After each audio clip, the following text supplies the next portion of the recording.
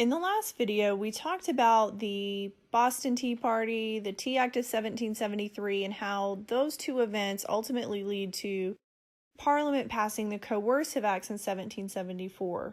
In this video, we're going to take a look at colonial reaction to the Intolerable Acts or the Coercive Acts and how this ultimately leads to the American Revolution. So the colonists are absolutely horrified by British reaction to the Boston Tea Party, and they band together in support of Massachusetts.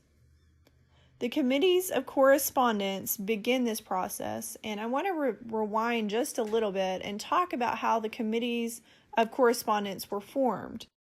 As is expected, committees of correspondence have their origins in Boston.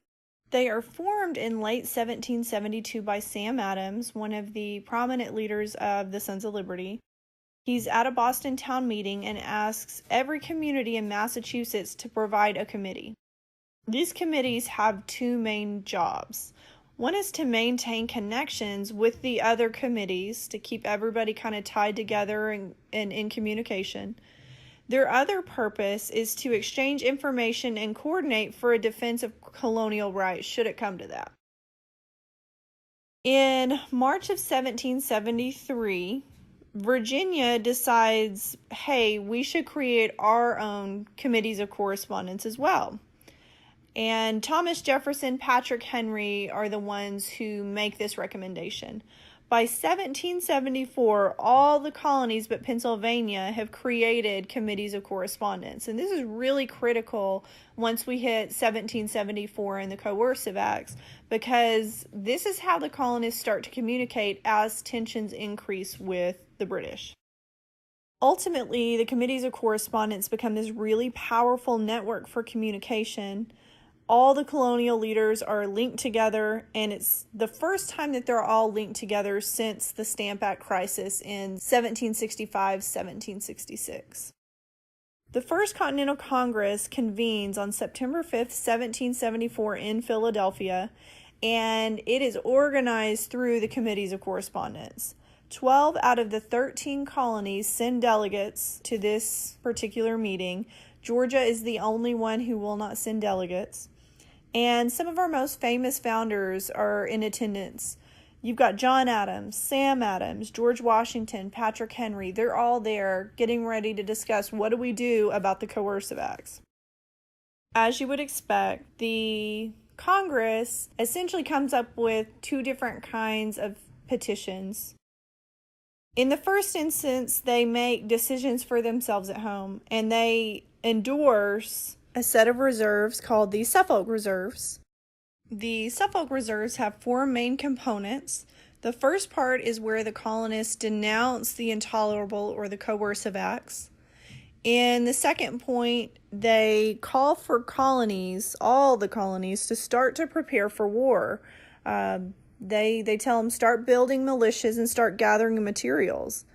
They also call for the colonies to suspend trade completely, all trade, both imports and exports, until the Coercive Acts have been repealed. And in the last point, they urge the colonies to refrain from paying any taxes until the Massachusetts Charter is restored. On the flip side, they create a petition and they write directly to King George III. They express their allegiance to the king. They state that Parliament has the right to regulate commerce and trade, and they acknowledge that. But they declare prior parliamentary decisions unconstitutional, and then they make a list of about 4 different things that they feel like have been done that are unconstitutional. They point to the imposition of these taxes. They discuss these admiralty courts, which are being used to enforce laws. So these courts that were used previously for smugglers, now we're sending lots of people to those. They have a real problem with Parliament suspending assemblies at home in the colonies, and they're horrified by the decisions to revoke charters.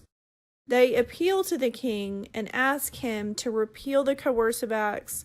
They really, at this point, many of them want to reconcile. Most colonists still want to reconcile with the crown.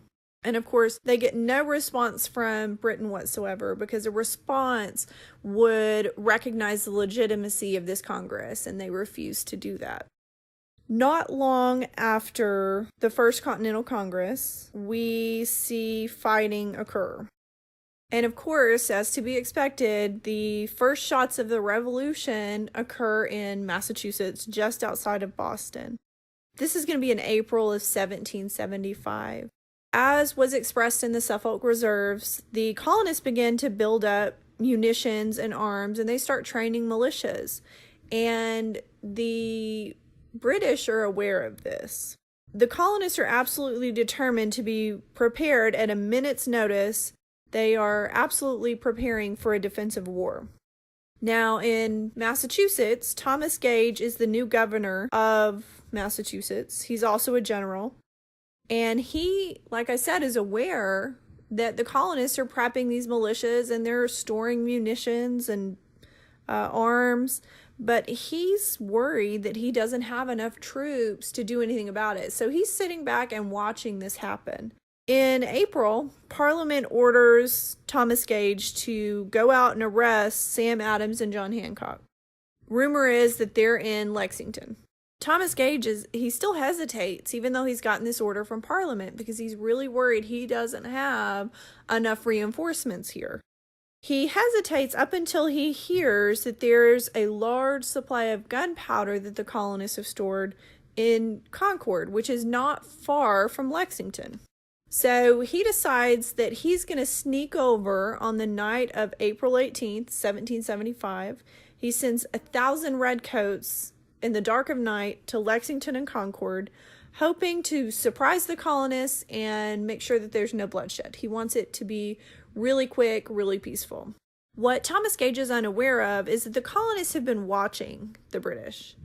And as soon as they see these British regiments start to move, it sets off the famed Midnight Ride. Paul Revere, William Dawes, and a series of other riders go into the night through the countryside to warn the Minutemen and to make sure that Sam Adams and John Hancock know that the Redcoats are coming. So when you hear the phrase, the British are coming, that's this event. When the Redcoats arrive, the colonial Minutemen are waiting for them, a couple dozen. Kind of like the Boston Massacre, it's still a controversy. Shots are fired. There's a controversy as to who shot first, but this is known as the shots heard round the world. 8 colonists are killed in these shots at Lexington, and 10 are injured. The British continue to push into Concord. When they get there, they really don't find much by the way of gunpowder, but they run into a much larger colonial militia. And this militia forces the Redcoats to retreat back into Boston. And on their way back, you've got Minutemen and farmers and all these colonists kind of hiding out in the forest, ambushing them and picking off Redcoats along the road. By the end of the day, 273 Redcoats are dead as compared to 92 colonists.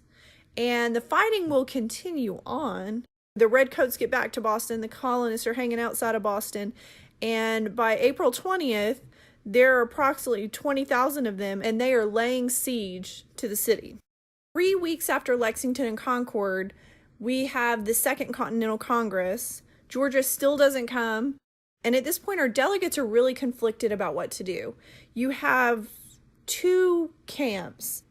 A group of people like John and Sam Adams and Richard Henry Lee are really passionate about wanting independence from Britain at this point. And then you have a group of moderates like John Dickinson and others who still want to reconcile with Britain. And the rest of the Congress kind of in between these 2 camps. Most of them still are not prepared for independence. They don't want it yet. So in July of 1775, actually July 5th, ironically, of 1775, they draft one last petition to the king in hopes of staving off war. They write the Olive Branch Petition. They appeal directly to King George III. They again express their loyalty and ask for a ceasefire in Boston. They want a repeal of the coercive acts, and they want to have negotiations with the Crown to guarantee American rights. In addition to the Olive Branch Petition, they make more determinations on defensive action at home. They vote to establish a Continental Army, and they choose George Washington as the commander of that army. Right before they've done the Olive Branch Petition, and remember that's July 5th, 1775, the month before, on June 17th, 1775, we have the Battle of Bunker Hill. So the colonists have this hill overlooking Boston on the outside of town. And the Redcoats attack the colonists, and they endure extreme losses in the course of doing so. The British lose about 1,154 troops out of the 2,200 troops they show up with. Colonists only lose about 331 people out of 1,500. Now, the colonists run out of gunpowder and have to abandon their post at Bunker Hill, but it's considered a colonial win due to the heavy losses that the British endure. This is one of the bloodiest battles of the entire Revolution, and we haven't really even declared independence yet. So all of this stuff, the Second Continental Congress, Battle of Bunker Hill, this is all happening at the same time. When King George hears, when he receives the Olive Branch Petition, that this is in August 1775, he receives the petition at the same time that he hears about the colonists' defensive action to create an army and the Battle at Bunker Hill. So all this information comes to him at the same time. And his reaction is to proclaim that the colonies are in a state of rebellion, which is tantamount to a declaration of war. He passes the Prohibitory Act, which closes all colonial ports to trade. The Navy is going to come in and block all colonial ports. And he promises to pardon any apologetic or repentant rebels. The other thing that King George III does, which really kind of draws a line in the sand for some of the colonists, is that he hires these foreign mercenaries called Hessians, or German soldiers for hire, essentially. He hires them to fight for the British, and they're notorious for their brutality. So what colonists see as kind of a family squabble takes this really awful turn when he hires these Hessians. The British are also enticing Native Americans to come in and support the Redcoats, many of whom do make that decision. One other thing that happens later in the year, in about November of 1775, is that Lord Dunmore, who is the Virginia governor, makes what's called Lord Dunmore's Proclamation. He tells any slave who promises to come and fight for the king will receive their freedom. So all of these things happen, and the colonists are pretty freaked out. And it's not until 1776 that they really start to make the decision towards independence.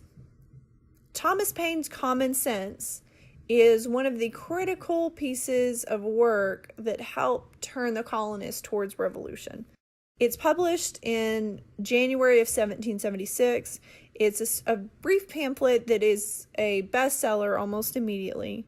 The colonists still feel very attached to Britain. They still feel British. They're still attached to the king. They have kind of a sentimental attachment to the king. They don't care so much about Parliament, but they are not ready to break away from King George III.